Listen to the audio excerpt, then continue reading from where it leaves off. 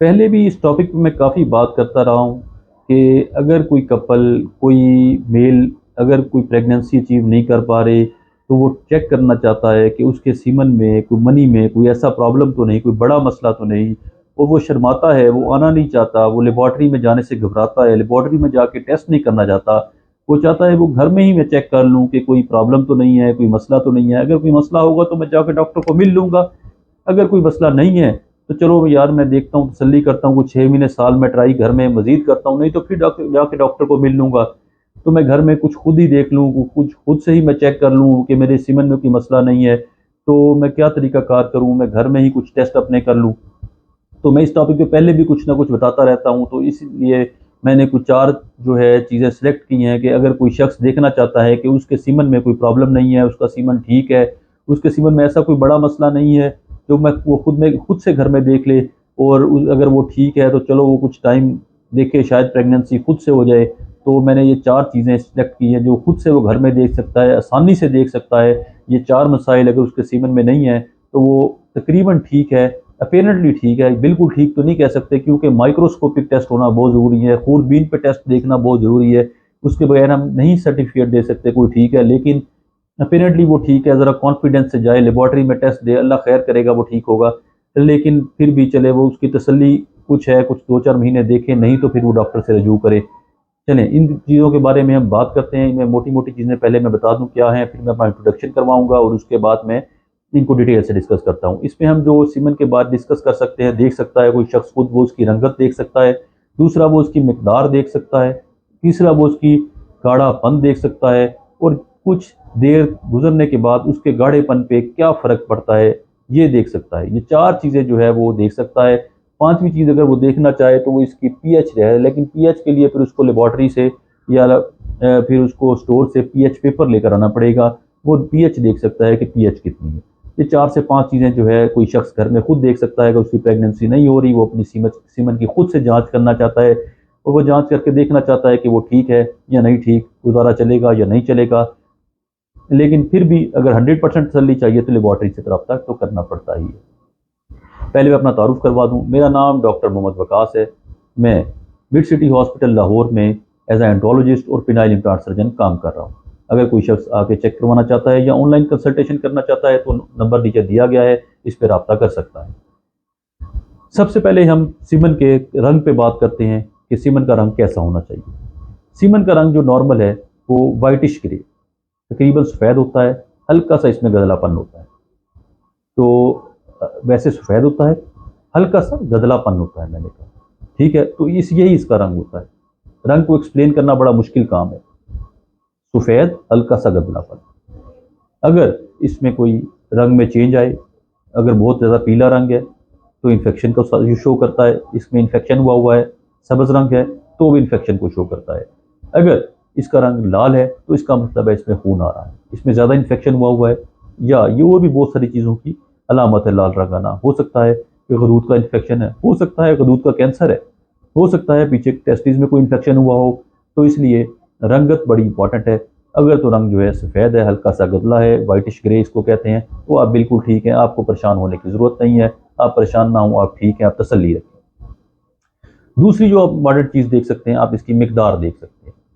एक नॉर्मल शख्स की मकदार अगर जो है वक्फा मिलाप से, मेस्टर बेड से, नाइट फॉल हुए 3 से 5 दिन का वक्फा है, यानी कि 3 दिन के अंदर और 5 दिन से ज़्यादा इसमें मिलाप ना किया हो, नाइट फॉल ना हुआ हो, मैस्टरबेट ना किया हो, ये स्टैंडर्ड वक्फा है। अगर इससे ज़्यादा वक्फा ज़्यादा होगा तो मकदार बढ़ जाएगी, अगर वक्फा कम होगा तो मकदार कम हो जाएगी। इसलिए इन 3 से 5 दिन का वक्फा होना चाहिए। इसके अंदर मकदार जो है वो 1.5 ml, 1.5 ml से ज़्यादा वॉल्यूम होना चाहिए, 1.5 ml से ज़्यादा वॉल्यूम होना चाहिए, ये स्टैंडर्ड है। 2 ml भी ठीक है, 2.5 ml भी ठीक है, 3 ml भी ठीक है। तो मैयर कैसे करेंगे, बड़ा आसान सा तरीका है। एक छोटे से बीकर ले लें या कप ले लें, ऐसी भी ट्यूबें आती हैं। ट्यूब में सैंपल लेना मुश्किल होता है, लेकिन उसमें यह है कि आप एक छोटे जार में लें सैंपल और उस ट्यूब में इसको बाद में डाल दें। ट्यूब के ऊपर जो है मेजरमेंट लिखी होती है 1 ml, 1.5 ml, नहीं तो सिरिंज ले लें। आम सिरिंज के ऊपर मेजरमेंट होती है 1 ml, 1, तो उसमें डाल दें। उसमें डालें, देखिए कहाँ तक भरा है, 1.5 ml तक भरा है तो 1.5 ml वॉल्यूम है।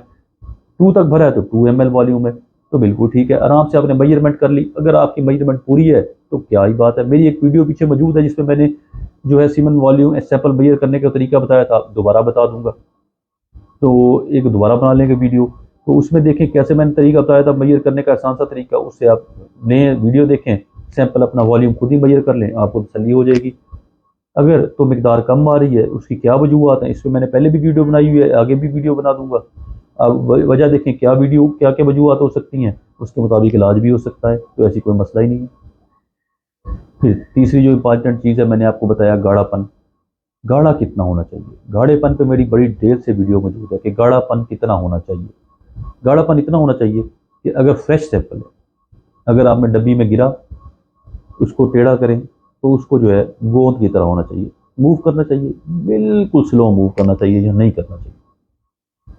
उसमें जो है पानी वाला सेगमेंट थोड़ा मूव कर सकता है, लेकिन उस पर में गिर पड़ जाएंगे, वह बिछ जाएंगे, हिलेंगे नहीं, जेली लाइक होगा, अंदर छोटे छोटे नड्यूल्स पड़े होंगे, स्पर्म पड़े होंगे, हिलेगा नहीं अपनी जगह से। अगर पतला है, पानी की तरह है, भाग जाता है, मूव कर जाता है, तो आपका स्पर्म अंदर नहीं है, पतला सैंपल है, स्पर्म नहीं है, आपको इलाज की ज़रूरत है। अगर गाढ़ापन है, पड़ा है एक जगह पे पड़ा रह गया, बेहतरीन है, आप ठीक है। और हाँ, लेकिन यह है फ़ौरन की बात कर रहा हूँ, अगर तो टाइम गुजरने के साथ आधे घंटे बाद आपने इस सैंपल को दोबारा देखना है, पहले तो उसको जेली लाइक होना चाहिए, गोंद की तरह होना चाहिए। नहीं समझ आता, गोंद को फेंक के देख लें। टाइम के साथ इसको जेली लाइक हो जाना चाहिए, इसको टाइम गुजरने के साथ इसको पानी की तरह हो जाना चाहिए। आधे घंटे बाद इसको देखें तो ये पानी की तरह यूं करें, बह जाए। ये मैंने पहले भी एक वीडियो पे दिखाया हुआ है, फ़ौरन कैसे होगा, टाइम गुजरने के साथ कैसे होगा। दोबारा वीडियो बना दूंगा, दोबारा दिखा दूंगा कि फ़ौरन कैसे होगा, टाइम गुजरने के बाद कैसे होगा, ठीक है। दोबारा बना दूंगा, दोबारा दिखा दूंगा, ठीक है। पानी की तरह, अगर पानी की तरह नहीं होता तो वो भी ठीक नहीं है, तो इसका मतलब है स्पर्म प्रेगनेंसी के काबिल नहीं है। स्पर्म जेली लाइक है, स्पर्म थिक है, इसमें थिकनेस ज़्यादा है, इसमें एंटीबॉडीज़ मौजूद है जिसको चिपका चिपका के रखा हुआ है, इसके इलाज की ज़रूरत है।